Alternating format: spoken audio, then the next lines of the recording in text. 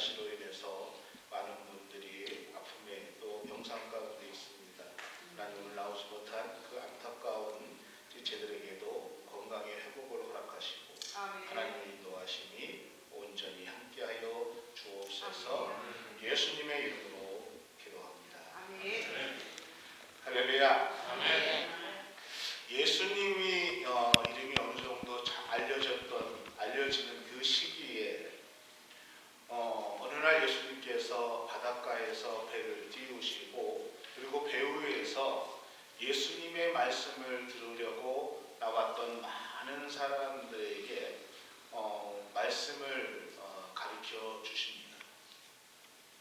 씨 뿌리는 사람이 어느 날 씨를 뿌리는데 그 씨를 뿌렸는데 어떤 씨는 길가에 뿌려져 가지고 새들이 그것을 와서 그 씨들을 다 쪼아 먹었다라는 것과 또 어떤 씨는 흙이 많지 않은 돌짝밭에 떨어져서 그래서 흙이 깊지 않아서 뿌리를 내리지 못하고 싹이 곧 나왔지만은 해가 떠서 그냥 타버리고 뿌리까지 다 타버려서 죽게 되었다라는 말씀을 하십니다.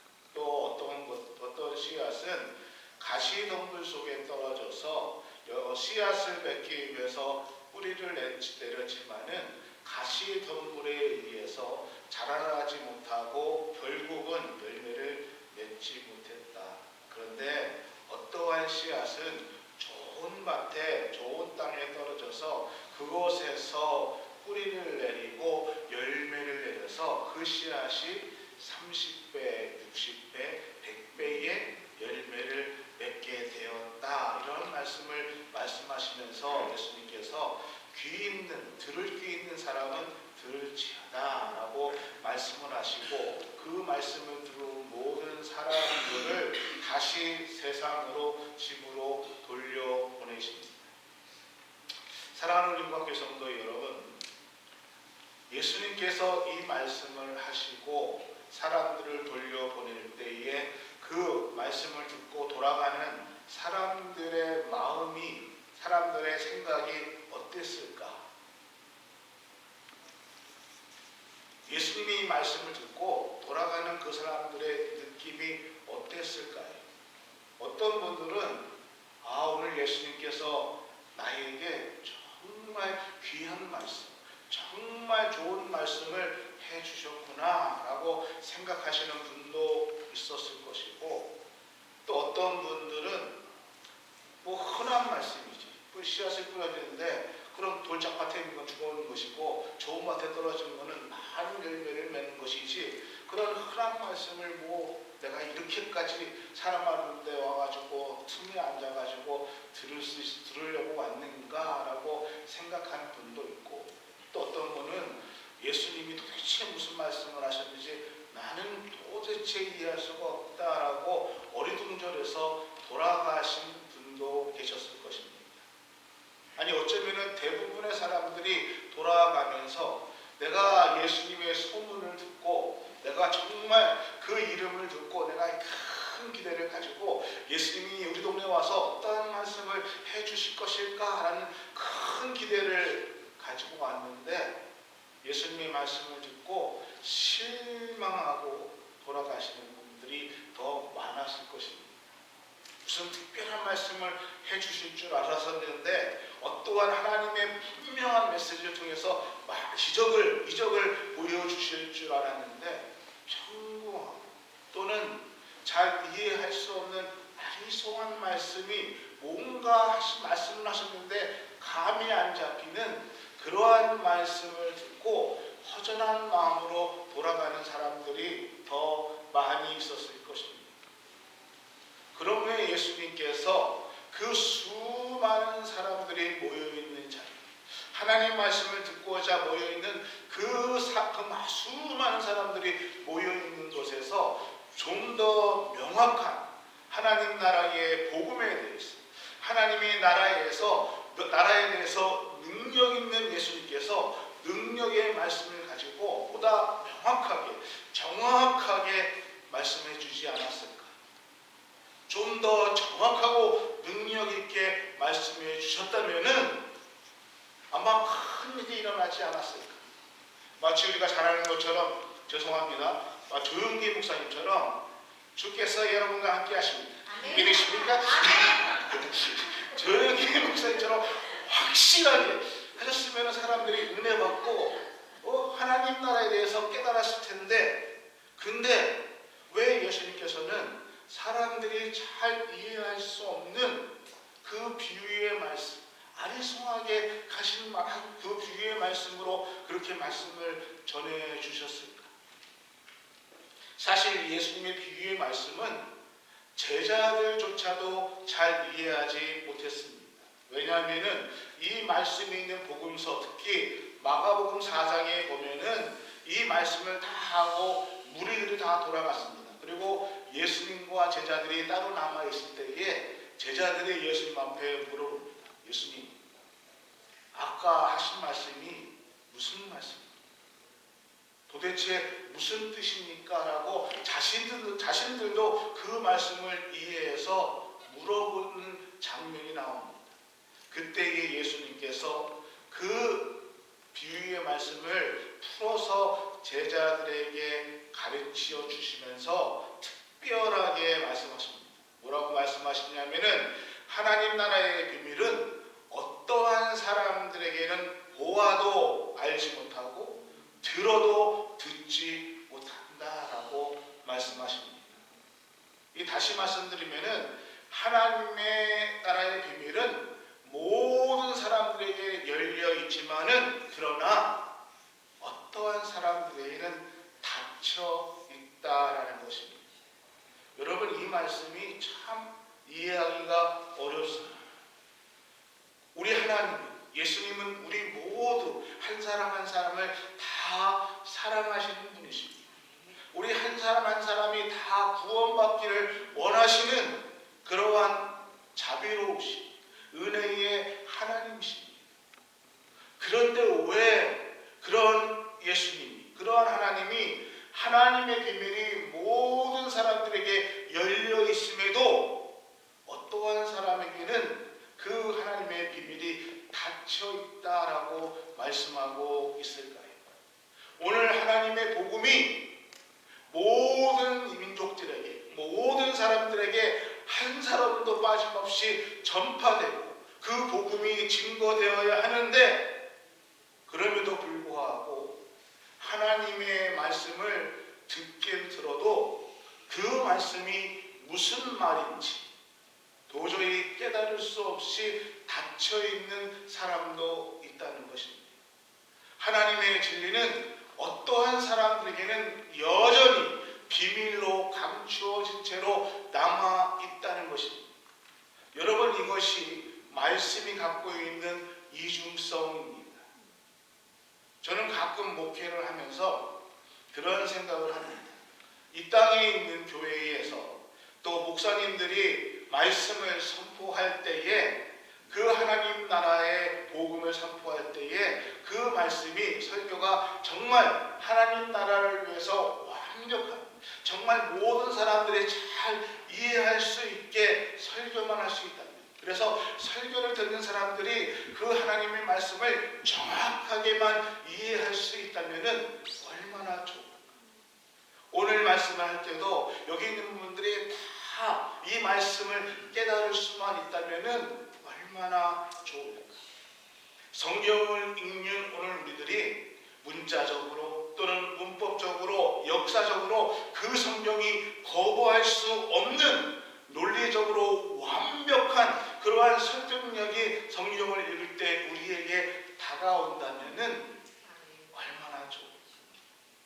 지금 세상에 하나님의 교회가 아무런 흠도 없이 정말 교회의 그 모습들이 많은 사람들에게 하나님의 교회가 저렇구나 라고 사람들에게 박수를 받고 칭찬을 받는 모습이 되면은 얼마나 좋을까.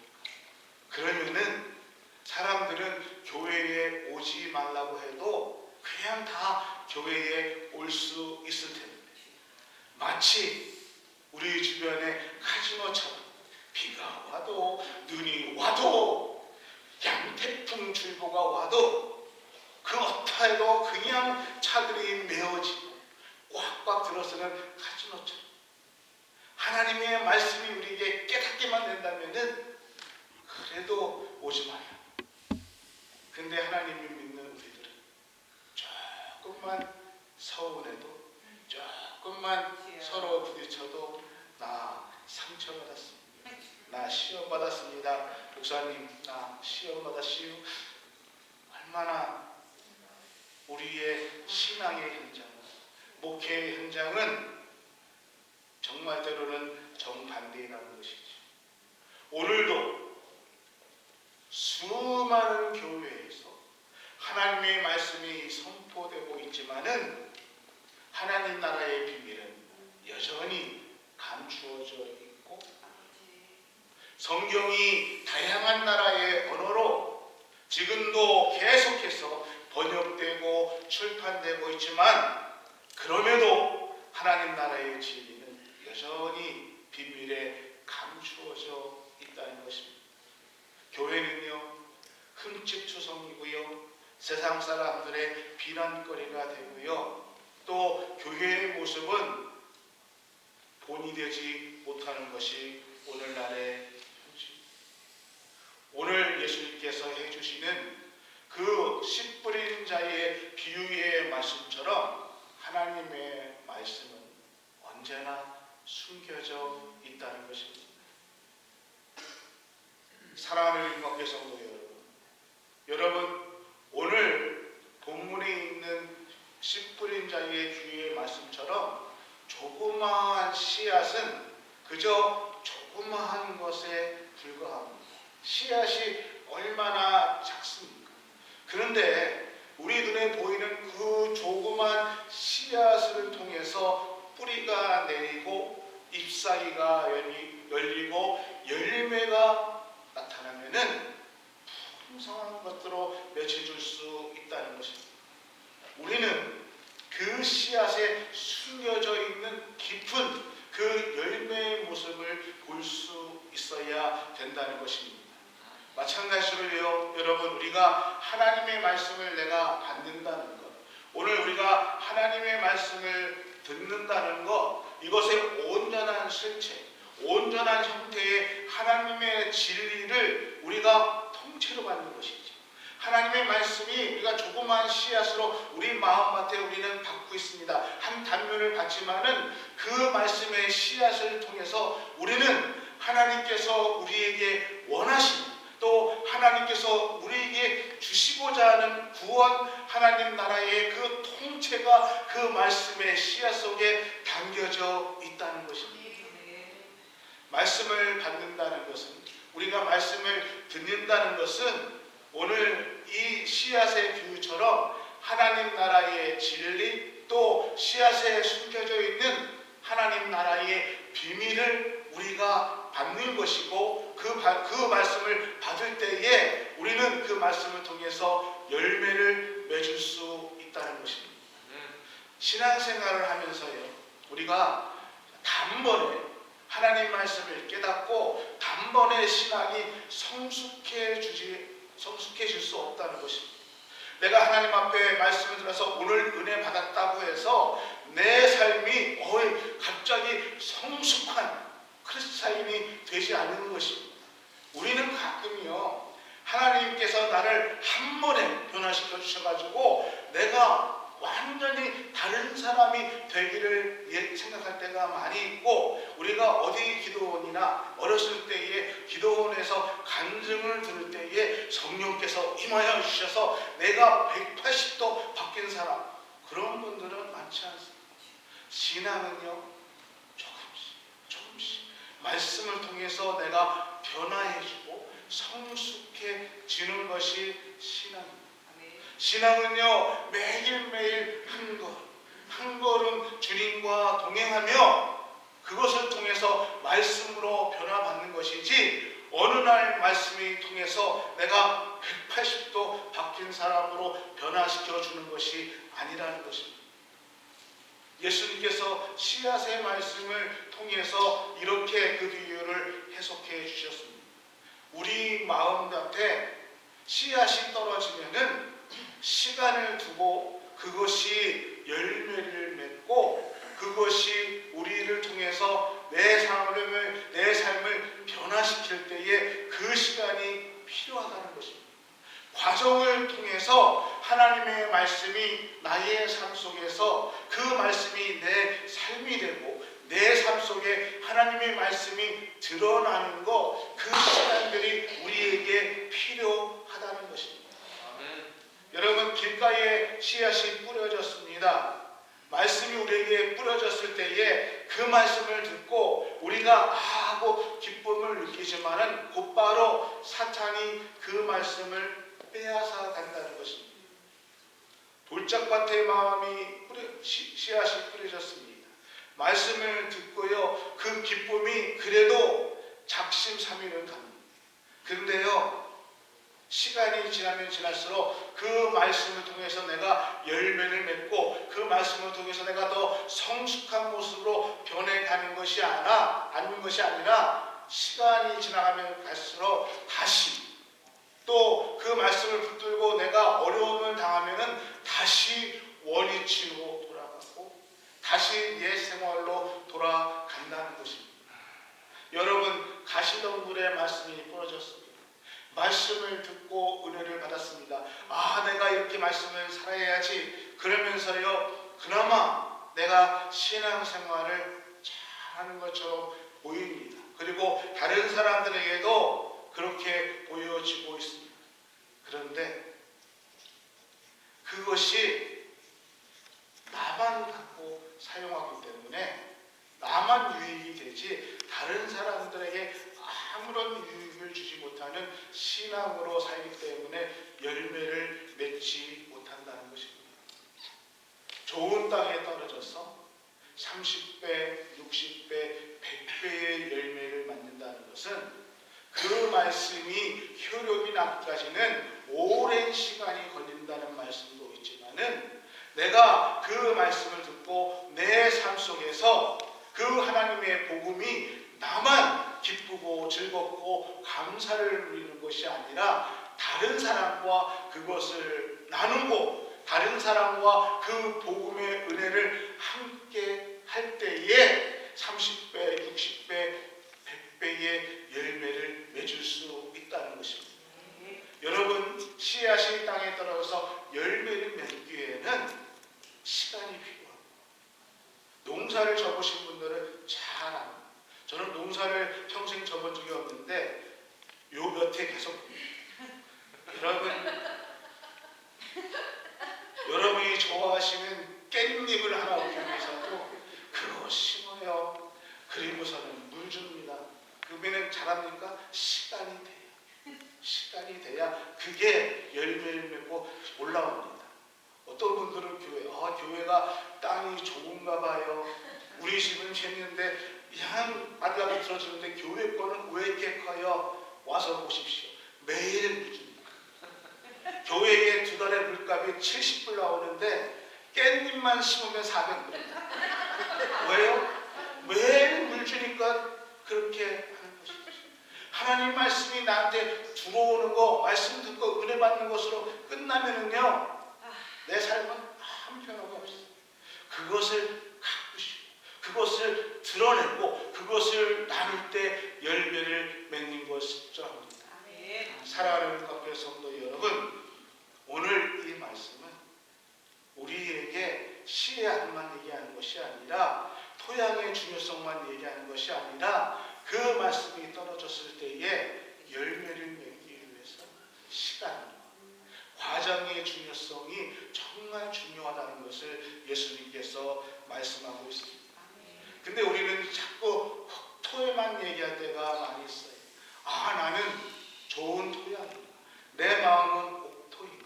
내가 좋은 땅이 돼야 되겠구나. 좋습니다. 그렇게 결심해야 되는데 결심했습니다. 그런데 좋은 땅이 되기 위한 어떻게 해야 좋은 땅이 돼야 되는가를 생각하지 못하니까 계속 그 결심만 하다가 10년, 20년 여전히 나는 좋은 땅이 되기 위해서 간다는 것입니다. 우리가 어떻게 해야 좋은 땅이 되는가? 어떻게 해야 옥토가 되는가? 오늘 주님께서는 이 말씀을 통해서 우리에게 좋은 땅이 되기 위해서 어떻게 해야 되는가에 대해서 말씀해 주고 있습니다. 여러분, 좋은 땅이 되기 위해서 어떻게 해야 되는가? 옥토가 되기 위해서 어떻게 해야 되는가? 오늘 말씀 한번 보실까요? 같이 읽었으니까요. 돌려주실까요? 전화는 필요 없습니다. 네, 같이 읽겠습니다. 시작. 좋은 땅이 있다는 것은 마음으로 말씀을 듣고 지키어 인내로 결심하는 자입니다. 아멘. 여러분, 이 말씀을 보면은 하나의 부사구와 세 개로 동사로 되어 있습니다. 착하고 좋은 마음으로, 착하고 좋은 마음이 되기 위해서는, 좋은 땅이 되기 위해서는, 착하고 좋은 마음이 되기 위해서는 세 개의 동사구가 뒤에 이어지고 있습니다. 첫 번째, 말씀을 듣고, 두 번에 지키어, 세 번째, 인내로 결심하라. 한 번 더 할까요? 첫 번째, 말씀을 듣고, 두 번째, 지키어, 세 번째, 인내로 결심하라. 이렇게 될 때에 옥토가 된다는 것입니다. 내가 옥토가 되야겠다 결심하는 것이 아니라, 내가 정말 옥토가 되기 위해서는 말씀을 지키고 또 인내하고 해야 그 내 마음이 옥토가 된다는 것입니다. 여러분, 좋은 땅이 된다는 것이 아카소스 또는 칼로스라는 헬라어입니다. 근데 이 똑같은 것이 이 아카도스나 칼로스라는 단어가 좋다라는 의미입니다. 그래서 이 사렘도 칼로스가 그것이는지 모르겠지만 좋다라는 뜻입니다. 그러니까 원뜻은 좋고 좋다라는 의미인데 우리의 번역은 착하고 좋은 마음 이렇게 얘기하고 있습니다. 여러분, 우리가 착하고 좋은 마음이 되기 위해서는 첫 번째로 하나님의 말씀을 받는 사람은 간절한 마음, 갈급한 마음으로 하나님의 말씀을 받아야 된다는 것입니다. 아멘. 내가 하나님의 말씀을 배울 때에 우리가 좋은 말씀으로 그 좋은 마음을 가지고 그 말씀을 들어야 된다는 것이지. 오늘 무슨 말을 또 목사가 하나 내가 들어보자. 하나님의 말씀을 할 때에 그 말씀을 읽으면서 이것은 아니지 하면서 그 말씀에 대해서 내가 누군가에게 그 말씀의 오점을 하기 위해서 그 말씀을 보고 파헤치는 그 마음은 온전한 마음이 될 수가 없습니다. 내가 말씀을 갖고 다른 사람들에게 좀 자랑하기 위해서, 우월감을 드러내기 위해서 그러한 의도로 하나님 말씀을 듣는다면은 결코 그것은 하나님의 말씀을 듣는 올바른 자세가 될 수 없다는 것입니다. 그러니까 말씀은 두 번째로요, 들어야 됩니다. 어떻게 잘 들어야 됩니다. 어떻게 온전하게 들어야 됩니다. 아멘. 여러분, 말씀을 잘 듣는다는 것이 얼마나 중요한지 모릅니다. 하나님의 말씀은요, 듣는 데에서 시작합니다. 아멘. 초대교회 당시에는 말씀이 정말 희귀했습니다. 이 말씀을, 성경책을 가지고 있는 사람들이 없었습니다. 그래서 그들은 하나님의 성전에 모였습니다. 그리고 납비들이 또는 목회자들이 또는 선지자들이 하나님의 말씀을 읽어줄 때에 그 낭독되는 하나님의 말씀을 빠지지 않고 잘 듣기 위해서 그들은 귀를 열었습니다. 이것이 말씀을 잘 들었습니다.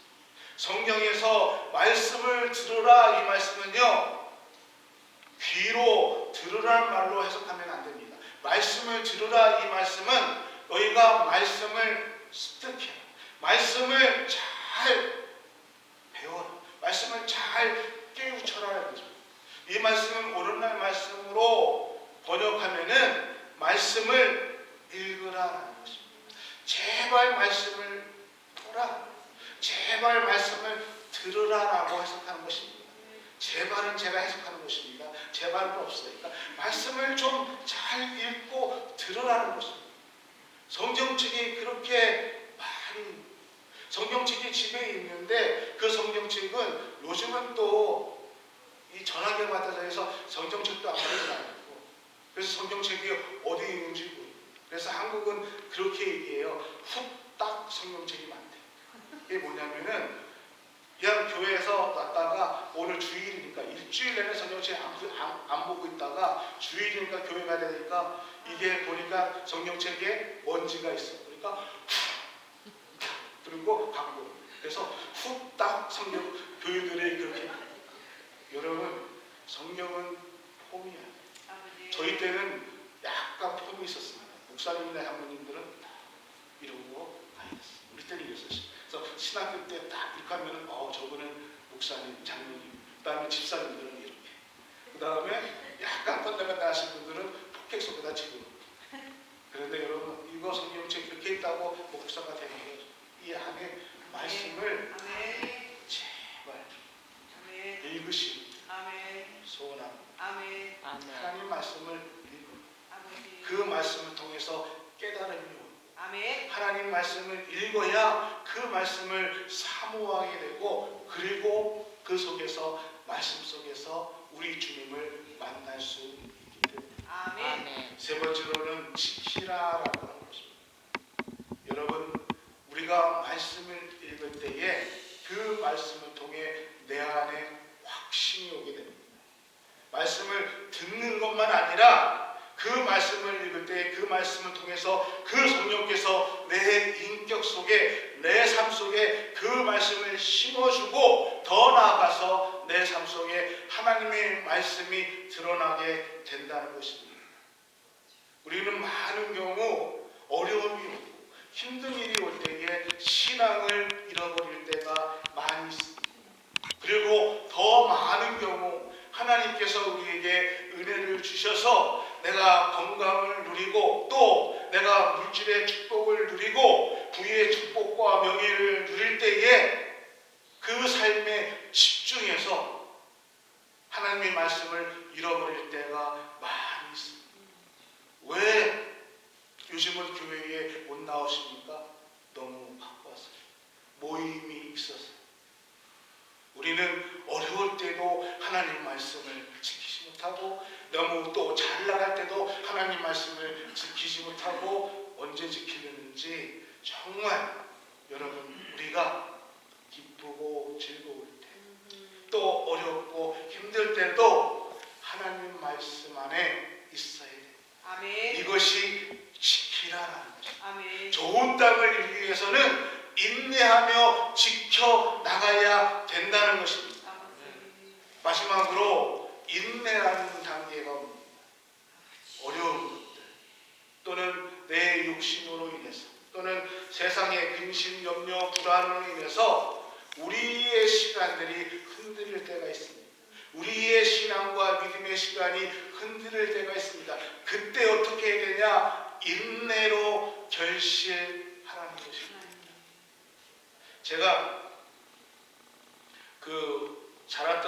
제가 전선했던 교회의 목사님이 이러한 간증을 해주시는 것에 아직도 잊혀보지 않는 것이 있습니다. 씨앗을 심었는데 시간이 지나가니까 어떤 곳에 싹이 나. 또 가니까 어떤 곳에 싹이 났는데 근데 어떤 곳에는 싹이 안 나고 있더라고요. 아니 이것도 났고 이것도 났고 근데 한 녀석은 왜 안 나? 스테이를 날렸나? 갔는데 또 왔다.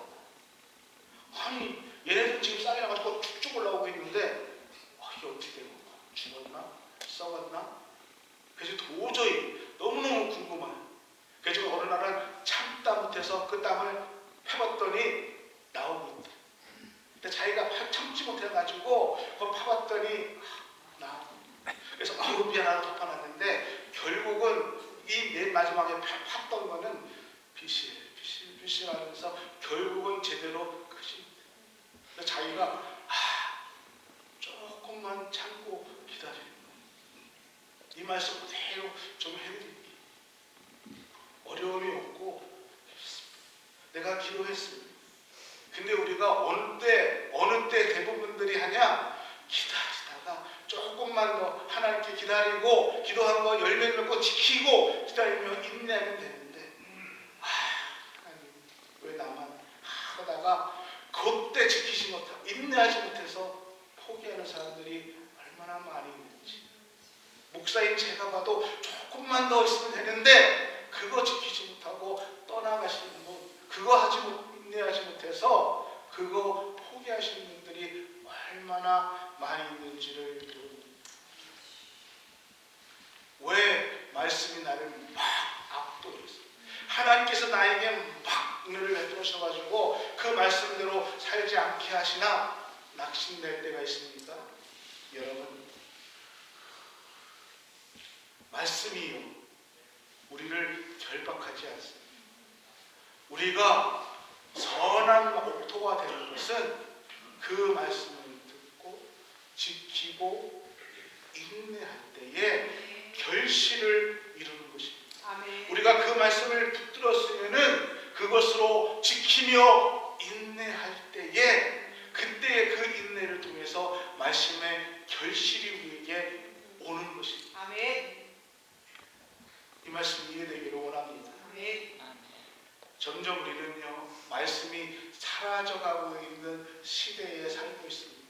그래서 어떤 분들은 정말 유명한 목사님을 쫓아다니시는 분도 있고요, 말씀을 잘 전하는 그 목회자를 원하시는 분들도 있습니다. 말씀이 희귀한 시대에, 마지막 시대에 우리는 살고 있습니다. 근데 여러분, 말씀이 희귀했다는 그 암흑 시대에, 400년 암흑 시대 때도 말씀이 희귀했다는 그 환난과 핍박 시대에도 말씀을 진심으로 찾는 사람들이 적었다는 것이, 말씀을 진심으로 찾는 사람들이 없었다는